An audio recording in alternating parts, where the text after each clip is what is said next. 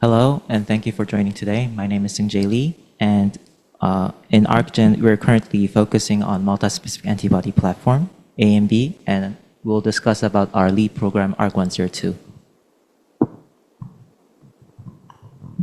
So, Arkgen Bioscience was founded in 2021 and focuses on the development of next-generation multi-specific T-cell engagers for solid tumors.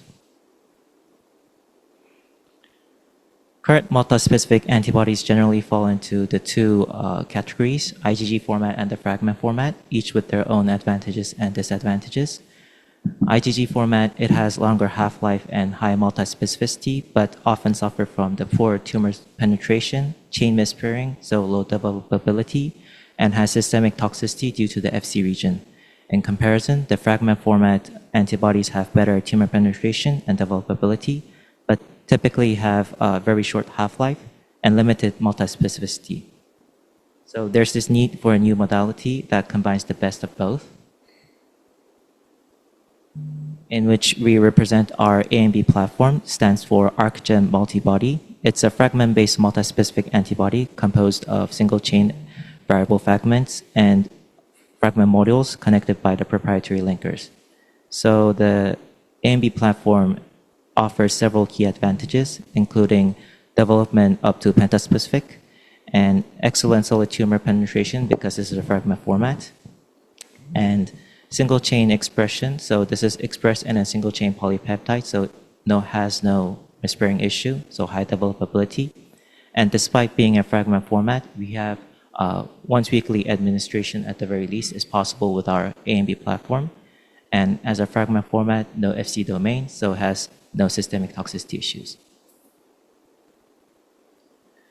Our lead program is ARC-102, which is a trispecific T-cell engager targeting TROP2 HER2 CD3.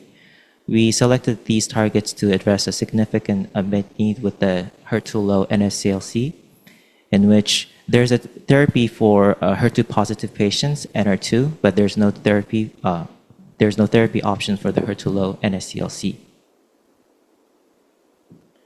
So we evaluated this ARC-102 in the TROP2-positive HER2-low NSCLC and compared to two ADCs.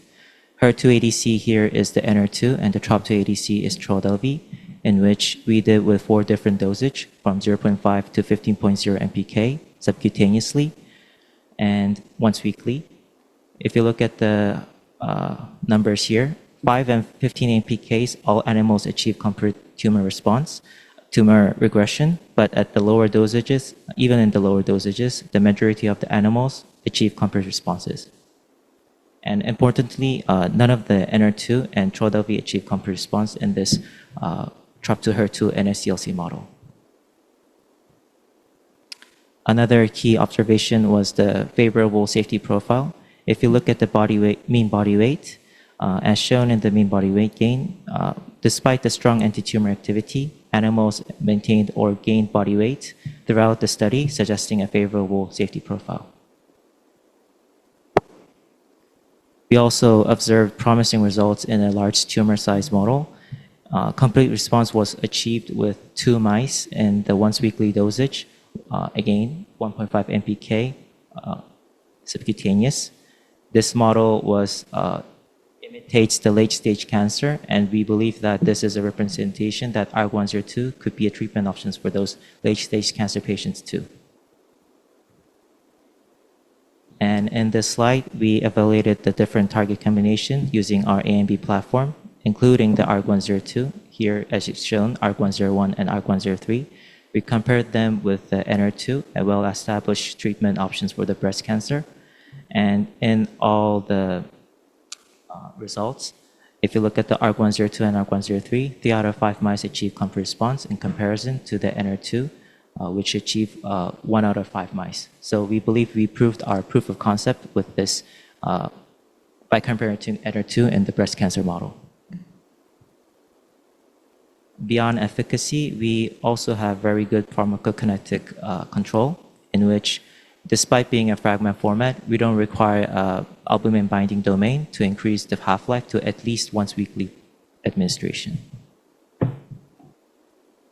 Furthermore, we are looking into other target combinations, including c-MET, EGFR, HER3, DLL3, and FR alpha. And in the future, we're trying to expand our indications to not only include to the oncology, but also to immunology.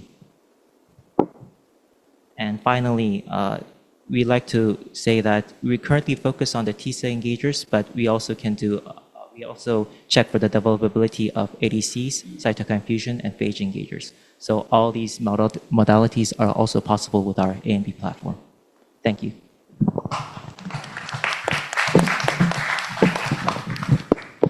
Yes. Just quickly, you can stitch together 3 separate antibodies. Is there a limit to how many more, or? Currently, we can do until penta-specific. We only check for the in vitro efficacy for the penta is also possible. Okay, great. Thank you. So it looks like you're developing therapies, but are you interested in collaborating with other people to use your platform? Yes, that is one of the models in which we are looking into research collaboration with companies that might be interested in other indications, such as immunology. Currently, we are focusing on oncology in our company, but we have plans to do immunology with other companies too. Yes.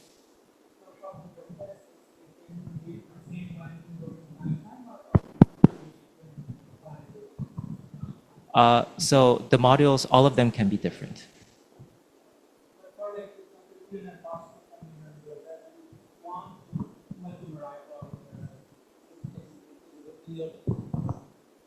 Like for 4-1BB or OX40, where they work in hexameric form, for example, or tetrameric form, can you then use this technology to I'll have cluster? to check that. I'll try to answer you separately. Okay, thank you. Any other questions? Folks online, if you have any questions, please feel free to unmute. So you're very early in the sense of, have you identified lead candidates? Lead candidates, yes. Well, ARC-102 is our lead candidate in which we're focusing on the HER2-low NSCLC. But yeah, ARC-102 is. And so you're doing in vivo now, or? We finished in vivo. We're currently checking into the toxicology. And then what's your plan? Is this FDA or is it going through Korea first? Well, depends on the pipeline, but in case of ARC-102, we have different options. If some companies are already interested in the licensing in, we are prepared to do that. But if not, we have plans to go further. If that's all, thank you.